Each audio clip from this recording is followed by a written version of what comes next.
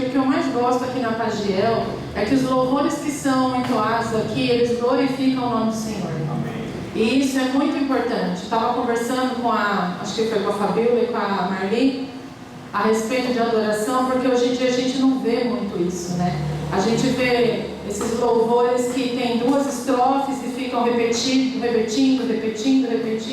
Não que isso não chame a presença do Senhor, não que isso não seja adoração, mas eu sou, como o pastor fala, eu sou crente raiz. Eu gosto daqueles louvores que tem 10 estrofes, igual aqueles do Diante do Trono, que você pegava o encarte do CD e tinha um monte de páginas, mas era tudo dentro da palavra. Então todo louvor que glorifica o nome do Senhor, esse enche meu coração de alegria e eu louvo com a boca cheia disso. Amém? Gostaria que você abrisse sua Bíblia no livro de Salmo 39. Já faz um tempinho que eu não trago a palavra. Estou meio enferrujada, mas o Espírito Santo é quem nos fortalece. Amém? Glória a Deus. Eu também fiquei um pouquinho sem voz. Salmo 39 diz assim: Eu disse comigo mesmo, guardarei os meus caminhos para não pecar com a língua, porém mordaça a minha boca, enquanto os ímpios estiverem na minha presença. Emudeci em silêncio, calei a respeito do bem, e a minha dor se agravou. O coração me ardia no peito, enquanto eu meditava. Um fogo se acendeu dentro de mim. Então eu disse em voz alta: Senhor, dá-me a conhecer o meu fim, e qual é a soma dos meus dias, para que eu reconheça a minha fragilidade. Deste aos meus dias o comprimento de alguns palmos. A tua presença, o prazo da minha vida, é nada. Na verdade, todo ser humano, por mais firme que esteja, é pura vaidade. De fato, o ser humano passa como uma sombra, em vão se inquieta, amontoa tesouros e não sabe quem ficará com eles. E eu, Senhor, que espero? Tu és a minha esperança. Livra-me de todas as minhas iniquidades, não permitas que os insensatos zombem de mim. Emudeço, não abro os lábios, porque tu fizeste isso. Tira de sobre mim o teu flagelo, pelo golpe de tua mão estou perecendo. Quando castigas alguém com repreensões por causa do pecado, destróis nele como traça o que tem de precioso. De fato, o ser humano é pura vaidade. Ouve, Senhor, a minha oração, escuta-me quando grito por socorro. Não fiques insensível às minhas lágrimas, porque sou forasteiro diante de ti, peregrino como todos os meus pais o foram. Desvia de mim o olhar, para que eu tome alento antes que eu passe e deixe de existir. Amém? Amém. Assim como aquele louvor que o pastor falou que a pessoa, para cantar aquele louvor, ela estava em sofrimento. Nesse dia, Davi estava em sofrimento quando ele fez esse salmo. Você consegue perceber nas palavras dele uma aflição, um desespero. Ele pede para o Senhor tirar todo o flagelo, ele pede para o Senhor livrá-lo das inquietações, e ele tem um entendimento de que a nossa vida é vaidade. Um pouquinho. Obrigada. Pode deixar desligado, não tem problema não. O que eu quero falar hoje tem a ver com o tempo, né? Eu vou tirar meu óculos porque ele fica escorregando. Como eu disse, Davi falou para o Senhor em meio ao sofrimento dele: o Senhor podia me falar quantos dias de vida ainda tenho? O Senhor pode me dizer qual período de vida ainda tenho? Vocês já pensaram nisso? Assim como o rei Ezequias, lá no livro de Isaías, Deus mandou avisar que os dias dele estavam contados. E Deus ainda deu uma chance para ele acertar a casa. Acerta a sua casa, que você vai morrer. Se a coisa estivesse boa, ele não teria tido essa chance. Eu gostaria que você meditasse hoje, se você soubesse qual o dia da sua morte. Se de alguma forma a gente pudesse saber: eu vou morrer aos 50 anos, eu vou morrer daqui a uma semana. Algumas pessoas com diagnósticos, de doenças, de enfermidades, enfermidades, elas até têm isso, mas elas ouvem do médico. Então, quando ouve do médico é uma coisa, mas imagina ouvir isso de Deus. Imagina você ouvir do seu Criador, que Ele te fez para viver tantos dias nessa terra. O que você faria? O que você ia fazer? Como a gente vê em filmes, em séries, em novelas, em programas, as pessoas falam assim: eu ia resolver tudo. Ia resolver, dar um jeito de resolver todos os meus problemas, eu ia realizar todos os meus sonhos que eu ainda não realizei, eu ia viajar tudo que eu não viajei. Mas nós temos que nos atentar com as pequenas coisas, porque nós não sabemos do nosso próximo segundo de vida. Como que a gente pode planejar nossa vida? É só pela fé. Nós vivemos pela fé nesse Deus que nos criou. E eu gostaria de trazer essa reflexão hoje. Se você soubesse o tempo que você ainda tem de vida, o que você faria? Tem até uma música, se eu não me engano, é do Titãs, que fala: eu teria amado mais, teria beijado mais, teria visto o sol nascer, o sol se pôr. A gente está numa vida atribulada, cheia de correria. A gente acorda e vai dormir e às vezes nem se lembra o que comeu, qual foi a roupa que saiu de manhã, qual foi as pessoas que encontrou na rua. A gente está no modo, no piloto automático. E não é isso que o Senhor quer de nós. O que nós vivemos aqui ontem, como igreja, como corpo de Cristo, foi um avivamento. Deus nos encheu para que a gente, como a pastora diz, transborde lá fora. E nós começamos a transbordar o que nós recebemos dentro da nossa casa. Porque a nossa vida é a coisa mais preciosa que nós temos.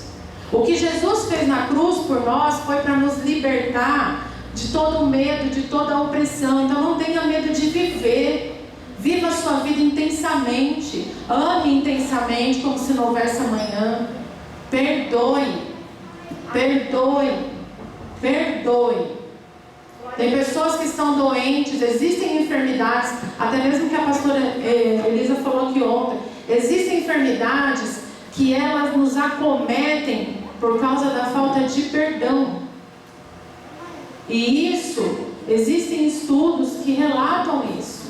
Muita mágoa guardada, muito ressentimento, muita tristeza, angústia, dor, depressão, essas coisas todas vão acarretando muito mais enfermidades. Eu pensei muito nesse tema do tempo, porque eu ouvi uma história essa semana, um testemunho que eu vi no Instagram.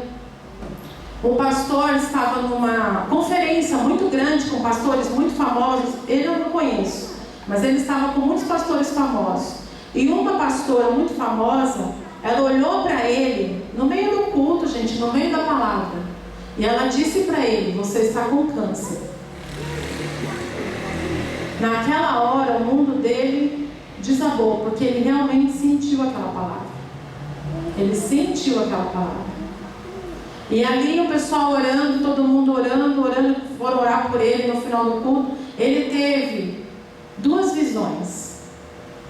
A primeira era ele dançando uma valsa com uma menina de 15 anos. Era a filha dele, que é pequenininha. Eu não sei quando essa história aconteceu. Eu vi o vídeo essa semana, não me atentei quando foi postado. Mas ele teve a visão dele dançando a valsa de 15 anos com a filha. Quem dá a visão? É Deus. E ainda naquela oração ele teve uma segunda visão. Ele levando uma moça ao altar. Era a filha. Então o Senhor permitiu que ele visse tudo isso para ele entender de que a vida dele é preciosa, que a tempestade que viria não iria acabar com a casa dele, porque a casa dele estava firmada na rocha. Homem de oração, homem de busca. Então o Senhor permitiu que ele visse lá na frente, mas que ele deveria passar por tudo aquilo que estava acontecendo. Ele não sabia que estava com câncer. E realmente ele fez o tratamento, foi tudo muito difícil, eu não sei se ele ainda está em tratamento ou não. Mas o Senhor, ao mesmo tempo que permitiu que viesse a calamidade, o Senhor já trouxe o refrigério para a alma dele. O Senhor já avivou a alma dele com aquilo que ainda está para acontecer. O Senhor mostrou que há uma chance dele viver o hoje completamente. Então seja completo você. E eu também. Sejamos completos aonde a gente for, em tudo que a gente for fazer. Porque se a gente for olhar para o mundo, a gente vai fazer um pouquinho aqui, um pouquinho ali, um pouquinho lá. A gente faz o que dá, a gente faz o que a gente aguenta. E a gente não faz nada com excelência. E sendo que Deus nos chamou para viver debaixo da glória dele, nós vivemos debaixo de uma graça perfeita. Somos cheios de Deus. Nós somos cheios. O Espírito Santo está em cada vida aqui que aceitou Jesus como Senhor e Salvador. A sua vida não é um acaso. Se algum dia alguém falou para você: você não foi um filho que eu desejei, você não foi um filho que eu projetei, você me deu muito trabalho enquanto criança, você me deu trabalho enquanto grande, você não me deixa em paz nunca, saiba que a sua vida é preciosa ao Senhor. O tempo da sua vida, da estada da sua vida nessa terra é precioso ao Senhor. Assim como Davi estava lá aflito, tem um momento que ele fala: a minha segurança está no Senhor. Quantos salmos a gente lê de orações em que a gente entende, parece que a pessoa está sentindo uma dor profunda, porque não foi só Davi que escreveu os salmos, então não podemos dizer que todos os salmos são dele, mas a gente sente uma aflição na alma da pessoa e fala: para onde eu vou olhar? O que eu tenho? O que eu posso fazer? E o Senhor fala: vou olhar, olha para o céu, é de lá que vem o seu socorro. Olha para o Senhor, é de lá que vem o seu socorro. O nosso bem maior, como eu já disse, é a nossa vida. E nós que somos cristãos, temos a salvação. A salvação é algo que a gente tem que trabalhar todos os dias. É um amadurecimento. Você pode ter 70 anos, ter aceitado Jesus hoje. Você ainda vai amadurecer na sua fé para manter a sua salvação em dia. Falando português bem brasileiro. Mantenha a sua salvação em dia. Dê santidade ao Senhor nos pequenos detalhes. Tudo que você for fazer. Evite mentir. Evite acumular coisas dentro da sua casa. Eu falo de coisas terrenas, sabe? Isso vai prendendo a nossa mente, a nossa vida. Use o que Deus te deu como ferramenta. Deus te deu uma vida para você viver, mas a gente sabe que a gente está aqui de passagem. Nosso lugar não é aqui, nós somos peregrinos numa terra estranha. Aqui pertence ao Senhor, sim, mas o céu é o nosso lugar. Amém. E para nós estarmos com o Senhor para sempre, por toda a eternidade, devemos, é nosso dever, melhorar cada dia mais como pessoa. Melhorar como filho, melhorar como mãe, como pai, como cunhado, como genro, como sogra, como ovelha, como pastor. Então dê o seu melhor.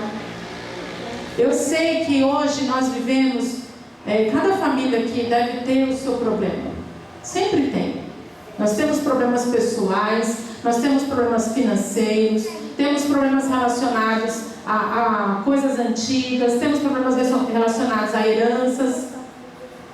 Mas o nosso bem precioso é a nossa vida.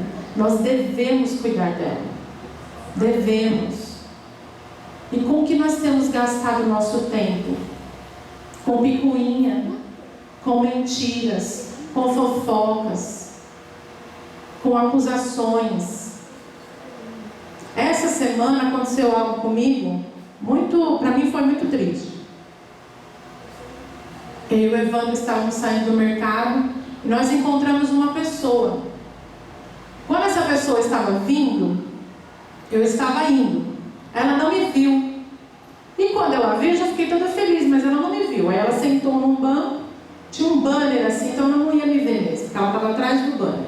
Continuamos saindo do mercado. Ela levantou com tudo, porque eu acho que ela só abaixou para arrumar ou pegar alguma coisa na bolsa. Ela levantou com tudo e deu de cara com a gente. E eu já abri logo o sorriso, porque fazia muito tempo que eu não a via. Gente, sem brincadeira. Ela olhou para mim, na verdade ela olhou para o Evandro, olhou para mim, falou tudo bem, e passou como um furacão. Aquilo na hora, eu não sei se vocês já sentiram isso, aquilo que a Bíblia fala do dardo inflamado do inimigo, veio como uma seta, e eu não esperava. Na hora foi um choque. Eu fiquei até com vergonha. Eu falei para o Evandro, meu Deus. O Evandro falou, mas você não conhece? Já é de se esperar. Só que isso nunca tinha acontecido com a gente. A gente sabe que ela briga com a família, que ela briga com os amigos, ela briga com todo mundo, mas ela sempre tratou a gente com respeito. Então, assim, aquilo foi um dar. Aí eu cheguei em casa, isso foi, eu acho que na terça. Eu cheguei em casa, eu ainda não tinha a palavra para trazer hoje. E aí eu fui orar, e o Senhor falou para mim, você vai ficar gastando o seu tempo de vida com isso? O seu tempo não pode ser desperdiçado por alguém que te afetou, te abalou. Não pode. Não é para isso que o Senhor nos chamou. Não é. Na hora eu orei, eu liberei perdão sobre a vida dela e pedi para Deus que ela seja abençoada. Glória a Deus. Não pedi, Senhor, faça sua justiça, que ela veja o que ela fez. Não fiz nada disso. Falei, Senhor, eu perdoo, que ela tenha uma vida maravilhosa, que ela seja feliz no que ela resolver fazer. Mas eu entendi que o meu tempo tem que ser gasto com coisas que edificam, com coisas que vão me trazer paz, com coisas que vão me trazer esperança, para que eu também possa passar para os outros. Nós devemos aproveitar o nosso tempo de existência com coisas que nos deixam mais livres. Nós cantamos tanto aqui aquele louvor do Fernandinho, eu sou livre, eu sou livre. Você é livre. Essas coisas não podem nos prender. Somos livres. O que Jesus conquistou na cruz por nós é liberdade. Ele nos tirou do cativeiro. Nos tirou. Então nós vivemos para a glória do Senhor. Aproveite a sua família. Pegue na mão da pessoa que mora com você. Faça carinho. Passa a mão no cabelo. Serve um copo de água enquanto ela menos espera. Serve um cafezinho quando ela menos esperar. Ou faça algo que a pessoa goste. Se você mora sozinho, tem um amigo que você é muito chegado, chama esse amigo para um café. Escuta as pessoas. Escuta. Hoje em dia ninguém quer escutar ninguém. Por isso que a internet está cheia de pessoas falando besteira, jogando acusações umas com as outras. Aquilo que as pessoas não conseguem conversar dentro de casa, elas estão jogando para a internet. Estamos dando munição para o inimigo contra nós mesmos. A nossa casa é o nosso primeiro ministério. Se a gente não for eficaz dentro da nossa casa, onde a gente vai ser? Onde a gente vai ser? Em lugar nenhum. A alegria do Senhor é a nossa força, ela tem que ser alegria ao amanhecer. Você tem que acordar e falar, opa, mais um dia. Mais um dia para viver na presença de Deus. Já consagra o seu dia ao Senhor. Creia que Ele fará o que tem que ser feito, no tempo que tem que ser feito, na hora que tem que ser feita. E viva a sua vida intensamente. Não brigue. Eu não sei se eu já contei aqui para vocês, mas no dia que minha mãe faleceu, eu tinha 8 anos, ia fazer 9 anos. A gente morava em Ipatinga, Minas Gerais.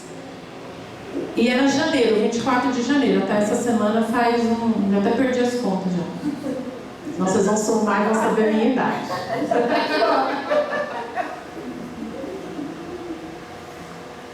No dia que a minha mãe, na noite, minha mãe faleceu dormindo. Eu lembro, era um domingo para segunda. No domingo, nós passávamos o dia inteiro brincando na rua, eu e os meus irmãos. Eu tenho 3 irmãos menores do que eu. E o mais novo tinha 2 anos e pouquinho. Era um bebezinho. a gente passou o dia inteiro na rua, a gente fazia isso, entrava em casa só para comer, os pés sujos de terra. Eu vou falar que eu brinquei muito. Eu brinquei até os 17 anos na rua. Fui uma criança muito feliz, graças a Deus. E num dado momento já estava escuro, não sei que hora que era, eu estava no portão da vizinha.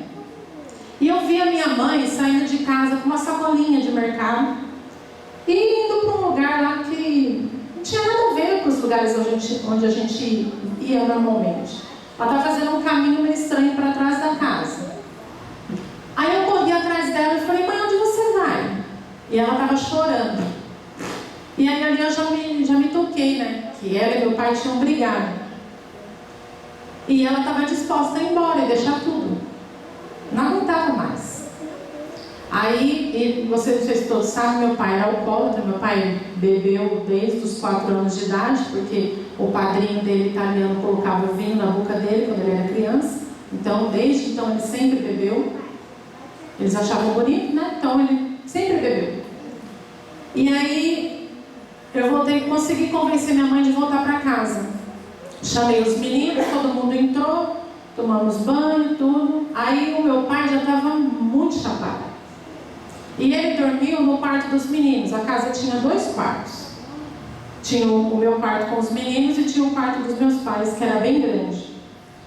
E eu vi que meu pai dormiu na minha cama. Aí o que eu fiz? Fui para o quarto da minha mãe e dormi na cama com ela e o bebê de 2 anos. À noite, durante a noite, a minha mãe tinha epilepsia desde os 21 anos. Ela morreu com 34. E as crises dela eram crises terríveis. Não sei se vocês já viram crise de epilepsia. Tem vários níveis. A dela era assim, o pior de todos, porque nem remédio mais dava conta. E aí, irmãos, ela teve uma crise já dormindo. Eu acordei, eu já era acostumada, porque sempre vi. Uma vez ela teve um ataque passando roupa. Eu tirei o ferro, com 6 anos eu tirei o ferro quente de cima do braço dela. Porque conforme ela caiu, o ferro veio junto. Então assim, eu já era muito acostumada a cuidar dela. Ela vivia machucada. O povo até pensava que meu pai batia nela, mas não era, por causa das quedas. E aí, ela teve uma crise. Eu levantei, fiquei de olho, porque você não pode fazer nada, né? Você só pode ficar de olho para a pessoa não bater a cabeça. Como ela estava deitada, ela já estava de lado, tá? Aí o meu pai escutou do quarto. Aí falou assim: Branca, tá tudo bem? Eu falei: tá tudo bem. Aí eu fui na cozinha, peguei um copo de água, levei para ela.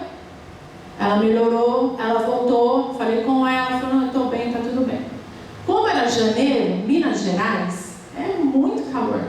E eu tava com muito calor. O que eu fiz? Peguei o colchão do berço do meu irmão e coloquei no canto do quarto, que era mais longe da cama. Então eu não sei dizer o que aconteceu. Eu não sei se ela teve outra crise, não sei se ela teve um infarto. Eu sei que de manhã o meu pai foi trabalhar, ele não mexeu com ela. E quando eu acordei achando que eu estava perdendo a hora por algum motivo, fui mexer nela, ela não acordava. Ela não acordava, eu mexia, e eu já sentia que o corpo dela estava bem rígido já. Já estava bem duro o corpo dela. E aí meu pai tinha trancado o portão e eu não achava a chave, tudo aquela coisa, né? Coisa de filme. Não achava a chave, comecei a gritar para a vizinha: olha, minha mãe não acorda, não sei o que aconteceu, você pode vir aqui.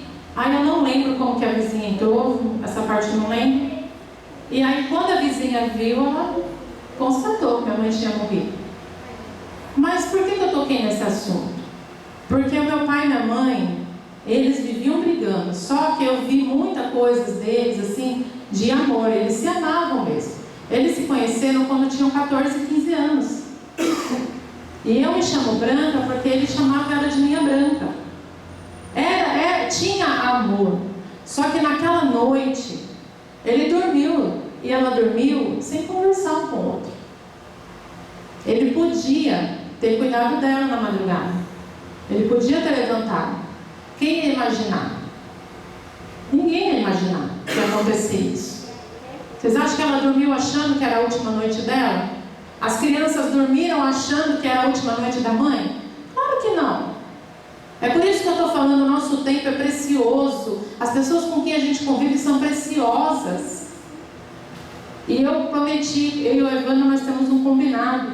Por pior que tenha sido o nosso dia, a gente não dorme brigado. Nunca dormimos brigado. Nunca, porque a gente não sabe o que vai acontecer. Não sabemos. E o meu pai viveu mais de 30 anos, né? Já faz mais. Ela morreu em 89. Quem é bom de conta aí? Ela morreu dia 24 de janeiro de 89. E meu pai morreu dia 20 de janeiro de 2018. Meu pai viveu todo esse tempo com amargura, com acusação, com remorso, porque não é arrependimento. O remorso, ele vem com a acusação do inimigo.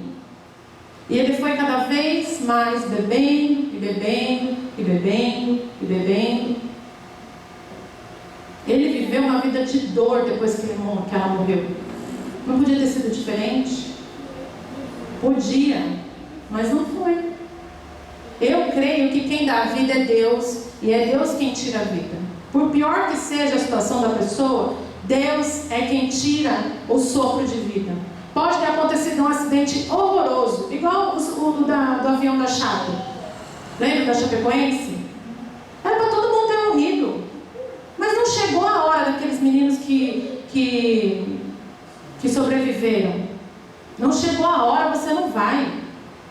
O fôlego de vida quem dá é Deus e quem tira é Ele. E se você tiver que viver 100 anos, você vai viver. Eu demorei para entender a vontade de Deus na vida da minha mãe. Eu demorei muito. Eu sofri muito enquanto criança, mas sofria quieta.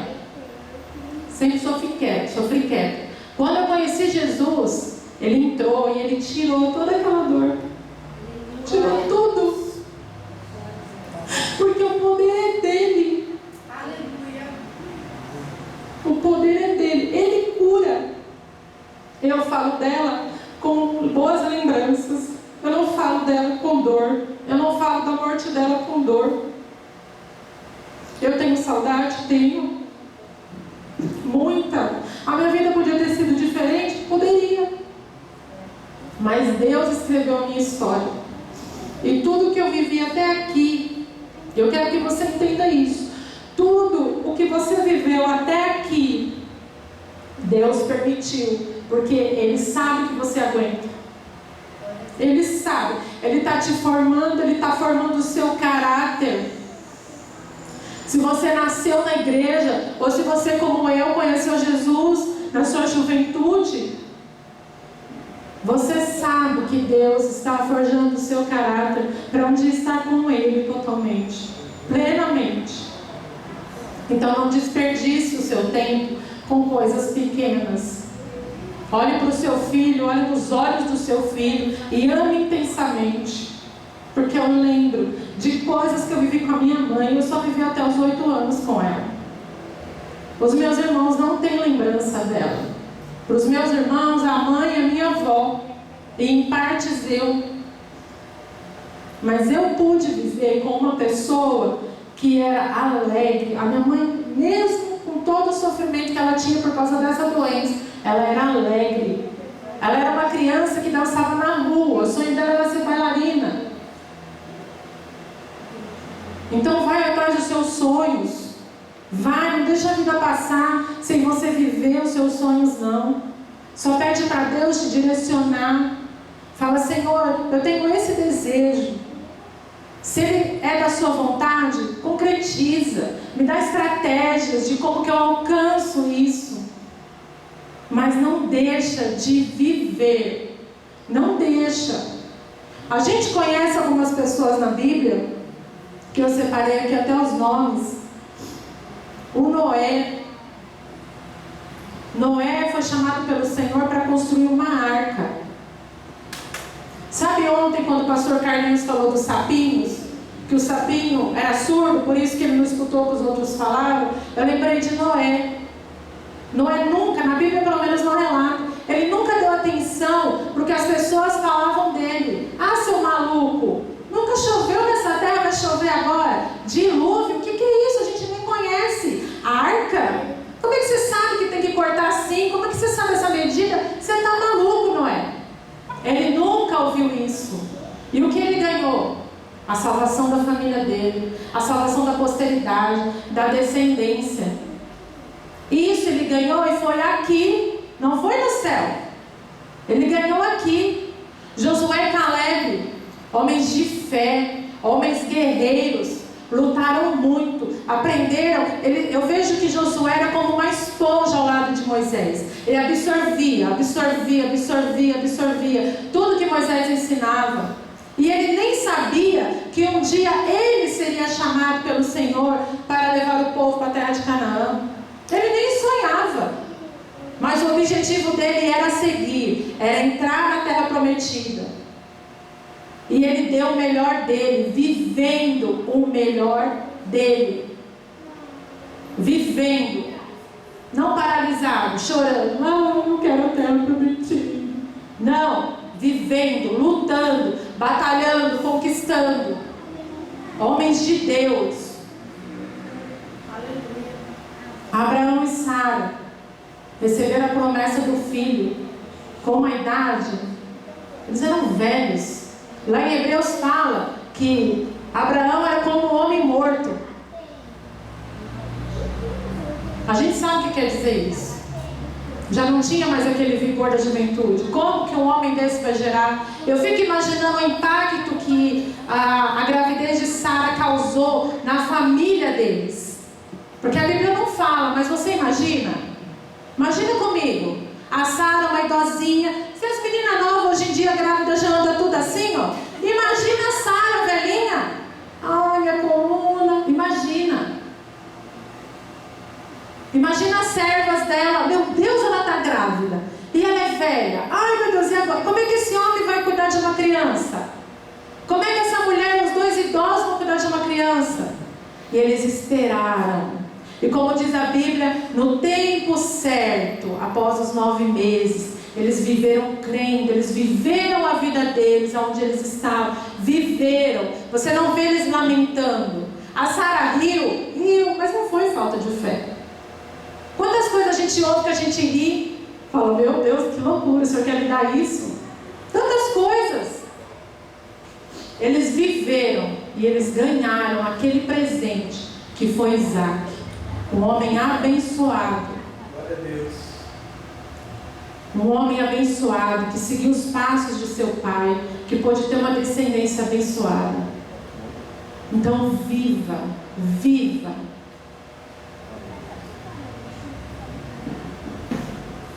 Os discípulos, como o pastor estava falando do Pentecostes, quando Jesus falou, ficar em Jerusalém, eles ficaram um tempo determinado lá, ficaram em oração.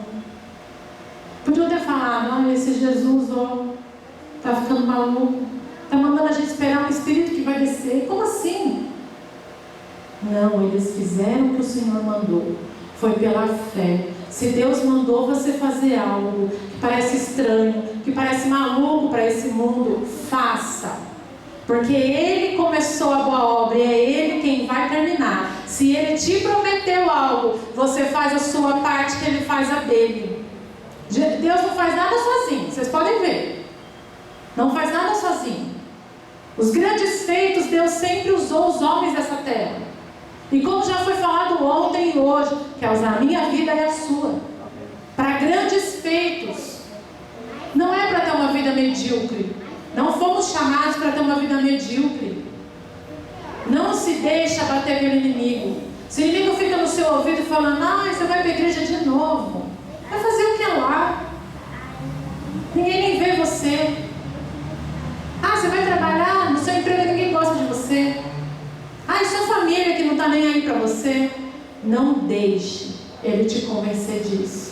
Medita, por isso que Deus falava para Josué, medita na palavra dia e noite, dia e noite. Você ocupa a sua mente com coisa boa, para que as coisas ruins não tenham lugar para entrar.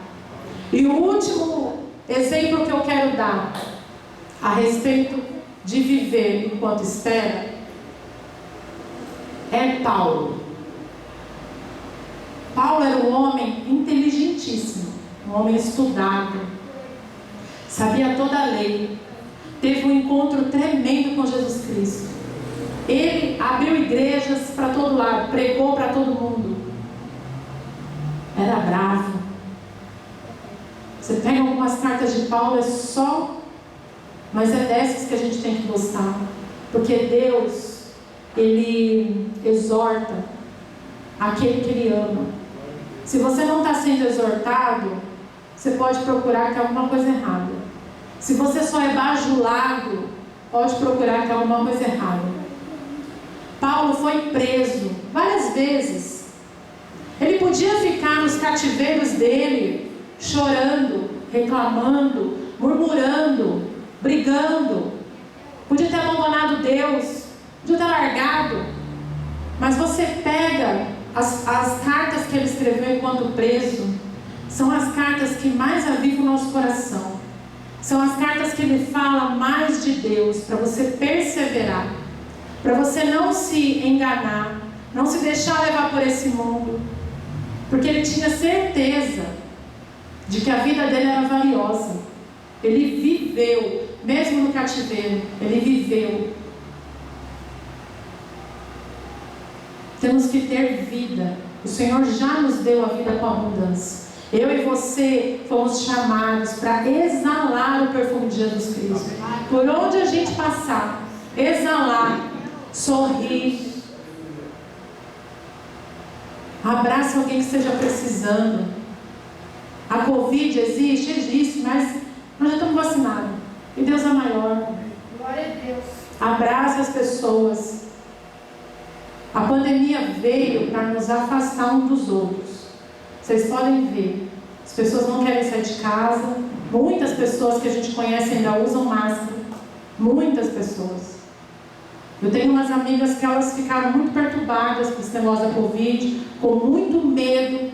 E elas não andam sem máscara de jeito nenhum. Só tira a máscara para tomar água. Não é isso que o Senhor quer que a gente faça. Deus quer que a gente viva. Viva. Você está quente? Então você está vivo. O sangue está circulando aí? O coração está batendo aí? Você está vivo. Então viva da melhor maneira possível. Se você estiver triste, chateado, magoado, faça como Davi fez no Salmo 39. Ore e entrega para Deus. Porque Jesus tem um fardo muito mais leve do que esse que a gente tem carregado. Não caia na rotina da reclamação, da murmuração. Seja avivado pelo Espírito Santo. Isso que nós vivemos aqui ontem, você pode conseguir também viver na sua casa. Glória a Deus. Eu declaro na vida de cada um que está aqui nessa noite, que o Espírito Santo vai entrar na sua casa e será um lugar de bênção. Será um lugar onde as pessoas que não conhecem Jesus vão ver a paz do seu lar. Vai ser um lugar de porto seguro para aqueles que necessitam de uma palavra. Você vai ter na ponta da sua língua. Em nome de Jesus. Declare palavras de vida sobre a sua família. Se você tem vergonha, ore no travesseiro dos seus filhos. Ora nas roupas da sua família, do seu filho, do seu marido. Ora nas coisas que ele tem hábitos, ela tem hábitos. Ora na cozinha onde se cozinha. Ora na sua mesa, porque hoje ninguém mais senta à mesa para comer. É raro. A gente come na frente da TV, nem vê o que está comendo, não vê com quem está comendo, mal presta atenção no que está passando.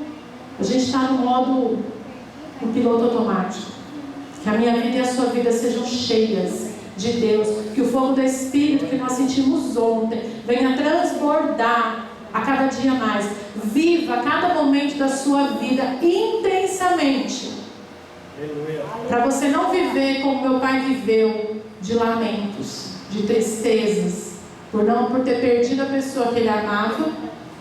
E depois disso ele não conseguiu amar os filhos como ele amava antes. Eu senti essa diferença. Parece que algo nele quebrou. Então, que você não viva isso. Eu contei essa história não é para que você tenha pena de mim, mas é para que você entenda quão precioso é você manter a convivência com as pessoas que estão dentro da sua casa. Não ficar brigando por besteira. Amar intencionalmente. E eu já falei aqui em algumas pregações. O amor não é da boca para fora. Amar é servir. Como a irmã falou, você está lá adorando a Deus quando você está servindo. E não é só servir a Deus, é servir ao próximo. Isso começa dentro da sua casa. Que o Espírito Santo de Deus queime no seu coração todos os dias da sua vida. Que você entenda a preciosidade que é a sua vida. Dê santidade ao Senhor, porque a salvação é dele, está em nós. Em nome de Jesus. Eu agradeço muito a oportunidade. Que Deus abençoe a vida de vocês. Amém.